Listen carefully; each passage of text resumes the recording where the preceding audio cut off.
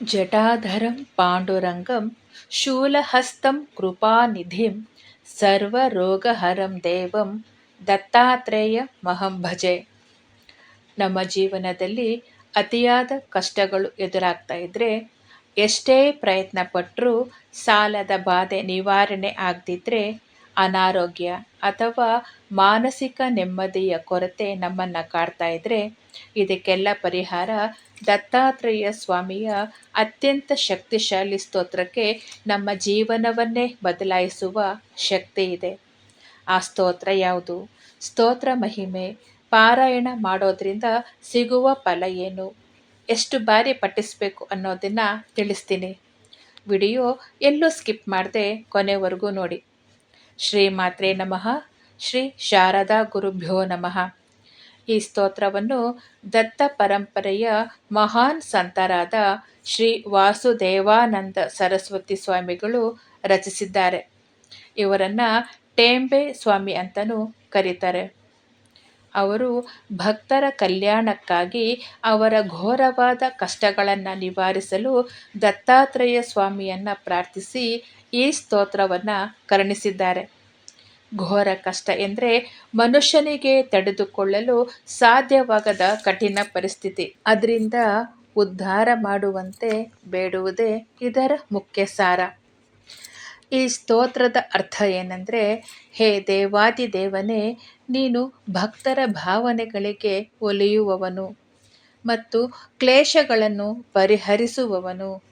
ನಮ್ಮನ್ನು ಘೋರ ಕಷ್ಟಗಳಿಂದ ಉದ್ಧಾರ ಮಾಡು. ನೀನೇ ನಮಗೆ ತಾಯಿ, ತಂದೆ, ಬಂಧು ಮತ್ತು ಯೋಗಕ್ಷೇಮವನ್ನು ನೋಡಿಕೊಳ್ಳುವ ಸದ್ಗುರು. ನಮ್ಮ ಪಾಪ, ಮಾನಸಿಕ ತಾಪ, ದಾರಿದ್ರ್ಯ, ಭಯ ಮತ್ತು ರೋಗಗಳನ್ನು ಶೀಘ್ರವಾಗಿ ದೂರ ಮಾಡು. ನಿನ್ನನ್ನು ಬಿಟ್ಟರೆ ನಮಗೆ ಬೇರೆ ರಕ್ಷಕರಿಲ್ಲ. ನೀನೇ ನಮಗೆ ಆಶ್ರಯ ಹಾಗೂ ದುಃಖ ನಿವಾರಕ. ಹೇ ಅತ್ರಿಕುಲ ಸಂಭೂತನೇ, ನಮ್ಮ ಮೇಲೆ ಅನುಗ್ರಹ ಮಾಡು. ನಮಗೆ ಧರ್ಮದಲ್ಲಿ ಪ್ರೀತಿ, ಸದ್ಬುದ್ಧಿ, ದೇವಭಕ್ತಿ, ಸತ್ಸಂಗ ಹಾಗೂ ಭುಕ್ತಿ ಮುಕ್ತಿಗಳನ್ನು ಕರುಣಿಸು ಎಂಬುದೇ ಈ ಸ್ತೋತ್ರದ ಅರ್ಥ. ಇಷ್ಟೆಲ್ಲ ಪಾಪ ಕರ್ಮಗಳನ್ನು, ನಮ್ಮ ಅತಿ ಕಠಿಣ ಕಷ್ಟ ಕಾರ್ಪಣ್ಯಗಳನ್ನು ದೂರ ಮಾಡುವಂತಹ ಈ ಅತ್ಯದ್ಭುತ ಸ್ತೋತ್ರ ಯಾವುದು ಅಂತಂದರೆ ಘೋರ ಕಷ್ಟೋದ್ಧಾರಣ ದತ್ತ ಸ್ತೋತ್ರ.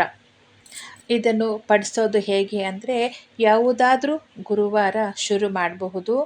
ಪ್ರತಿದಿನ ಬೆಳಗ್ಗೆ ಅಥವಾ ಸಂಜೆ ಪೂಜೆ ಸಮಯದಲ್ಲಿ ದತ್ತಾತ್ರೇಯ ಸ್ವಾಮಿಯ ಮುಂದೆ ದೀಪ ಹಚ್ಚಿ ಕನಿಷ್ಠ 3 ಬಾರಿ ಭಕ್ತಿಯಿಂದ ಈ ಸ್ತೋತ್ರವನ್ನು ಪಠಿಸಬೇಕು. ಒಂದು ವೇಳೆ ದೊಡ್ಡ ಕಷ್ಟಗಳು ಎದುರಾಗ್ತಾ ಇದ್ದರೆ ದಿನಕ್ಕೆ 9 ಅಥವಾ 11 ಬಾರಿ ಪಠಿಸೋದ್ರಿಂದ ಶೀಘ್ರದಲ್ಲೇ ಪವಾಡ ಸದೃಶ ಬದಲಾವಣೆಗಳನ್ನು ಕಾಣಬಹುದು ಎಂದು ನಂಬಲಾಗಿದೆ. ಈ ಸ್ತೋತ್ರವನ್ನು ನಿಯಮಿತವಾಗಿ ಪಠಿಸೋದ್ರಿಂದ ಪಾಪ, ತಾಪ, ರೋಗ ರುಜಿನಗಳು, ಭಯ ಮತ್ತು ದಾರಿದ್ರ್ಯ ನಿವಾರಣೆಯಾಗಿ ಮನಸ್ಸಿಗೆ ಶಾಂತಿ ಸಿಗುತ್ತೆ ಎಂದು ನಂಬಲಾಗಿದೆ. ನಿಮಗೂ ನಿಮ್ಮ ಕುಟುಂಬದವರಿಗೂ ದತ್ತಾತ್ರೇಯ ಸ್ವಾಮಿಯ ಕೃಪೆ ಸಿಗಲಿ ಎಂದು ಪ್ರಾರ್ಥಿಸ್ತೀನಿ.